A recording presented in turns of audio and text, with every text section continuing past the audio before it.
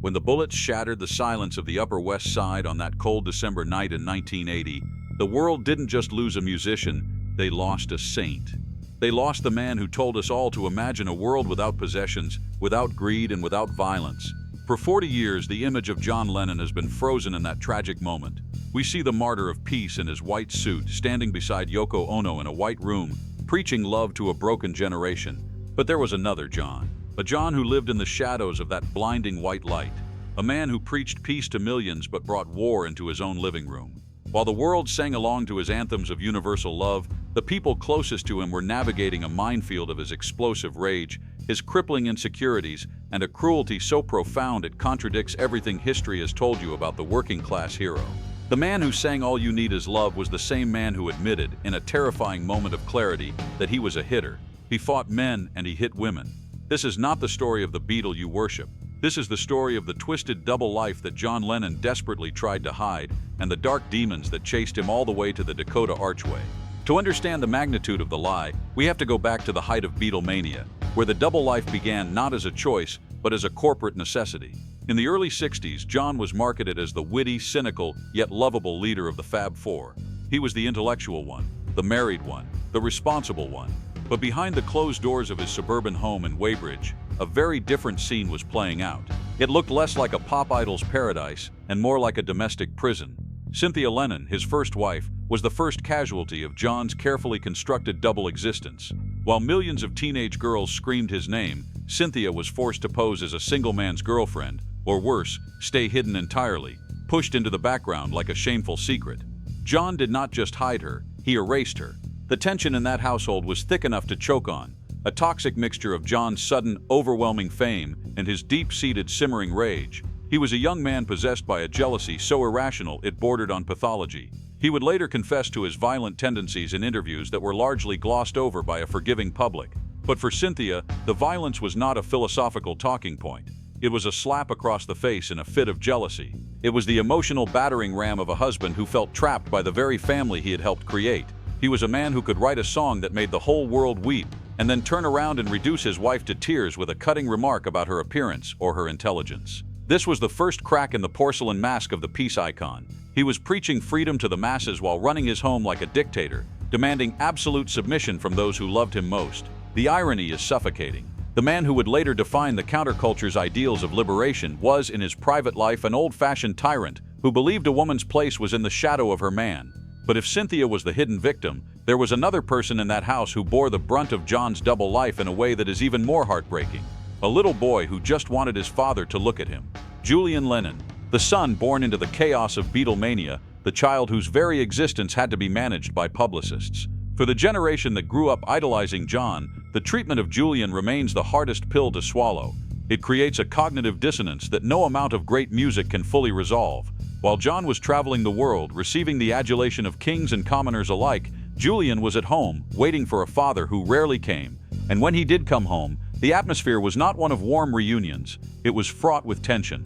John was distant, critical, and often cold. He didn't know how to be a father, or perhaps he simply didn't want to be one to this child who represented a life he felt trapped in.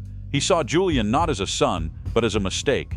A Saturday night special born out of a whiskey bottle, as he would so callously tell a reporter years later.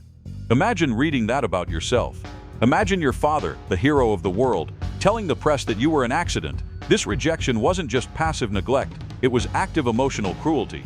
Julian would later recount how he felt closer to Paul McCartney than to his own father. It was Paul who wrote "Hey Jude" to comfort Julian during his parents' divorce, while John was busy dismantling his family to build a new life. The contrast is staggering. Paul, the supposed rival, stepping in to fill the void left by John's indifference. Later, when John started a new family with Yoko and had Sean, the double standard became undeniable. Sean was the prince, the beloved child, the one John baked bread for and doted on. Julian was the exile. He was forced to make appointments just to speak to his father. He was kept at arm's length, watching from the outside as John performed the role of the perfect house husband for the cameras, a role he never played for his firstborn. This was not just bad parenting. It was a rewriting of history where Julian was edited out of the narrative of John's life. Then came the seismic shift. The moment the double life fractured and reformed into something entirely new. Enter Yoko Ono. For decades, the narrative has been simplistic. Yoko broke up the Beatles. Yoko was the villain. But the truth of their relationship is far more twisted and complex than a simple story of a band's demise. Yoko did not just walk into John's life, she absorbed it. And John arguably wanted to be absorbed. He was looking for a mother figure, a dominant force to take control of the chaos in his head, and in Yoko he found the ultimate matriarch. But this love story, often painted as the greatest romance of the century, had a dark, suffocating underbelly. It was not just a marriage. It was a merger of souls that required the total annihilation of John's individual identity outside of the couple. Witnesses from that era describe a dependency that was alarming. John could not function without her. If she went to the bathroom, he would panic. If she left the room, his anxiety would spike. This was not healthy attachment. It was addiction. And Yoko, for her part, controlled the supply. She managed his business, his contacts, and eventually his access to the outside world. The bed-ins for peace, the naked album covers, the experimental films, these were performances of their unity, but behind the scenes, the power dynamic was heavily skewed. John, the man who had terrified Cynthia, was now the one being led. He had traded being the oppressor for being the oppressed, finding a strange comfort in surrendering his will to Yoko. But even this total submission was not enough to quell the demons inside him. The pressure of being John and Yoko began to crack the foundation, leading to one of the most bizarre and scandalous chapters in rock history. Just when you thought the story could not get stranger, Yoko did something unthinkable. She did not just catch John cheating, she orchestrated the affair herself. She handed her husband over to another woman, packing his bags for a journey into debauchery that would nearly kill him. The Lost Weekend, a misleading name for an 18-month descent into hell. Yoko, sensing the tension in their marriage, decided to outsource John's needs to their assistant, May Pang. It sounds like the plot of a twisted psychological thriller, but it was their reality. She sent John and May to Los Angeles, effectively exiling him from the Dakota, and away from Yoko's controlling grip. John did not find freedom. He found self-destruction. The mask of the peace activist fell away completely, revealing a violent, drunk, and chaotic man. This was the era of the Hollywood vampires, drinking sessions with Harry Nilsson and Alice Cooper that became the stuff of legend, not for their glamour, but for their ugliness. There is a specific night at the Troubadour Club that encapsulates this horror. John, drunk on Brandy Alexander's, heckling the Smothers Brothers, wearing a Kotex on his head, screaming obscenities. This was not the behavior of a genius. It was the tantrum of a broken child. But it got darker. In the privacy of the beach house they rented, the violence resurfaced. There are accounts of John, in a drunken rage, attempting to strangle May Pang. The hands that wrote Imagine were wrapped around a woman's throat. It took Harry Nilsson pulling him off to stop it. This is the double life at its most visceral. The public saw a man on a break, perhaps partying too hard. The reality was a man spiraling into madness, capable of lethal violence, drowning in a toxic mix of alcohol and self-loathing. He was crying out for help, but the world just saw rock and roll excess. And yet amidst this chaos, there was a glimmer of the old John. He reconnected with Julian. He jammed with Paul. He sounded better, looked healthier when he was not drinking. It seemed for a moment that he might escape the shadow of the Dakota. He was planning to work with David Bowie. He was writing hits for Ringo. But the invisible tether to Yoko was never severed. She called constantly. She knew exactly which buttons to push to bring him back. And when she decided the experiment was over, she summoned him home. John went back, not as a conquered king, but as a man returning to his cell. The Lost Weekend ended, and the doors of the Dakota closed shut, sealing him inside for the final act of his life. The narrative of the late 70s is one of domestic bliss. John Lennon, the house husband, baking bread, raising Sean, watching the wheels go round and round. It is a comforting image, one that redeems him in the eyes of many. It suggests he finally found peace. But did he? Or was this just another performance?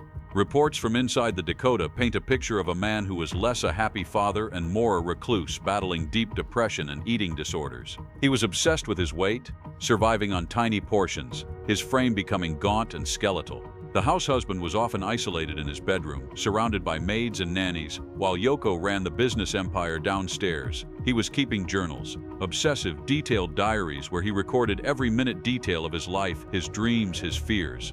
These diaries reveal a man who was still tormented by his past, by his insecurities, by his competition with Paul McCartney. He was not watching the wheels with zen-like detachment. He was watching them because he was too paralyzed to jump back on.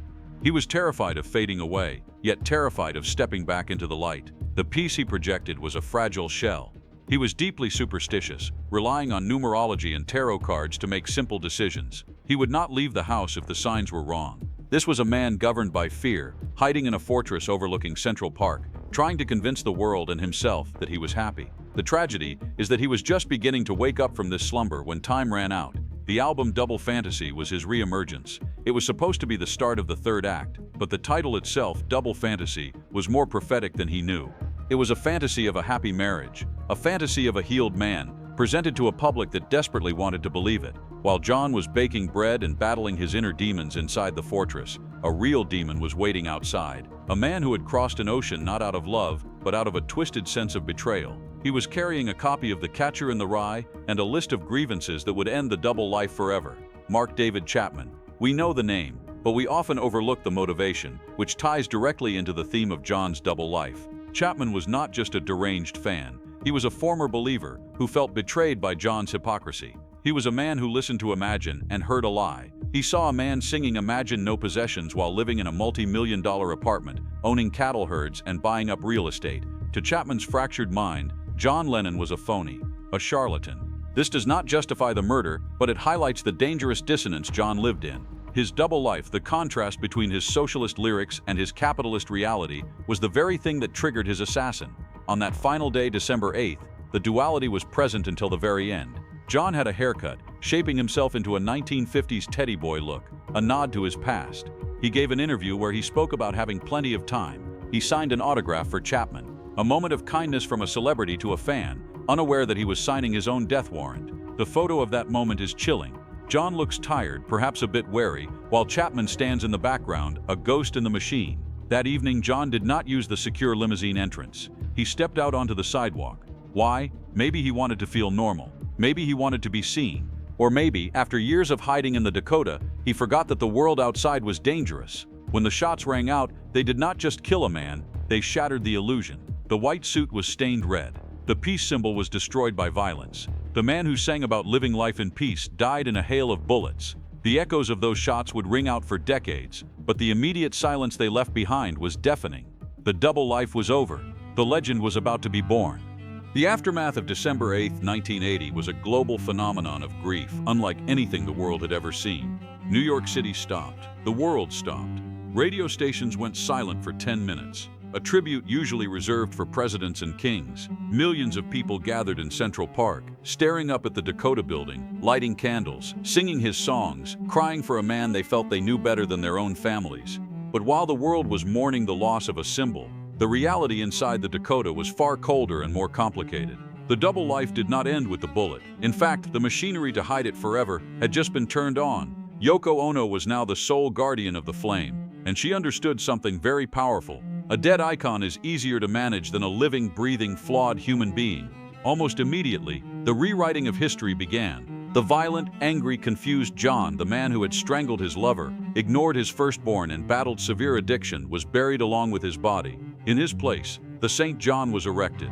The man in the white suit, the man who baked bread, the man who loved everyone. Strawberry Fields became a holy shrine, and Imagine became a hymn for the modern age. But this canonization required a sacrifice. It required the total erasure of anyone or anything that contradicted the narrative of the perfect union between John and Yoko. The greatest victim of this final act was, once again, Julian Lennon. If you think the story of his childhood neglect was tragic, what happened after the funeral was a legal and emotional massacre. When John's will was read, the final twist of the double life was revealed. John Lennon, the man who sang about a world with no possessions, left an estate worth hundreds of millions of dollars, and he left his first son, Julian, with practically nothing. The will was a final devastating rejection from the grave. It established a massive trust for Sean and Yoko, securing their future as American royalty, while Julian was left to fend for himself. It was not just about the money, it was the message. It was a declaration that in John's eyes, he only had one real family. The humiliation did not stop there. For years, Julian had to fight a grueling legal battle just to get a fraction of his father's legacy. But the most heartbreaking detail, the one that truly exposes the tragedy of this double life, is the story of the auction. Years later, when John's personal items were being sold off to wealthy collectors for astronomical sums, Julian Lennon was there. He was not there to collect his inheritance. He was there as a bidder. He had to use his own money to buy back the postcards his father had sent him from around the world. Imagine that pain. Imagine having to pay strangers to reclaim the few scraps of affection your father threw your way. This is the dark reality that the "Give Peace a Chance" chorus drowns out. While the world celebrated John's message of love, his own son was buying back his childhood piece by piece from an auction block. Cynthia, the woman who had stood by him before the fame, before the money, before the madness, was also marginalized in death. The official narrative was reshaped to make it seem like John's life truly began only when he met Yoko. Her existence was treated as a footnote, an awkward prologue to the main event. But the cracks in this carefully constructed legend have only widened with time. Biographies, memoirs, and the unearthing of uncomfortable truths have forced us to look at John Lennon not as a deity, but as a deeply flawed human being. We are now forced to reconcile the two Johns. The genius who wrote In My Life, a song of such tender nostalgia, and the absentee father who refused to see his son. The activist who staged bed-ins for peace, and the husband who struck his wife in a fit of jealous rage. So, where does that leave us? How do we process the twisted double life of an icon? Can we still listen to his music without feeling the weight of his hypocrisy? The answer lies in accepting the duality. We do not have to choose between John the monster and John the genius. They were the same person. His art was born from his pain, and his cruelty was a symptom of his damage. He was a man constantly at war with himself, projecting an ideal of peace that he could never personally achieve. He sang about love so loudly because it was the one thing he could not master in his own home. He sang about peace because his mind was a war zone. Perhaps the greatest tragedy of John Lennon's life was not his early death, but the fact that he never truly resolved the conflict between his two selves. He died a work in progress. He was a man midway through therapy, trying to learn how to be a father, trying to learn how to be a husband, trying to learn how to be John. The bullet stopped the evolution. It froze him in a state of contradiction. It preserved him as a puzzle that we are still trying to solve 40 years later. But maybe, just maybe, that is why we are still so obsessed with him. Because in his flaws, in his hypocrisy, in his darkness, we see a terrifying reflection of our own human struggle. He was not a saint. He was just a man who lived a twisted, brilliant, dark, and beautiful double life. If you were touched by the heartbreak of Julian's story, or if you were shocked by the dark reality of the lost weekend that history tried to hide, then you are ready for what comes next. History is full of icons whose public faces hid private hells. We are peeling back the layers on all of them. The stories they didn't want you to know, the secrets they took to the grave, and the double lives that defined them. Do not let the official story be the only one you know. Make sure you are subscribed and have your notifications turned on. We are just getting started. Click the video on your screen now to discover the twisted double life of another icon who fooled the world. The truth is always stranger and darker than the fiction. See you there.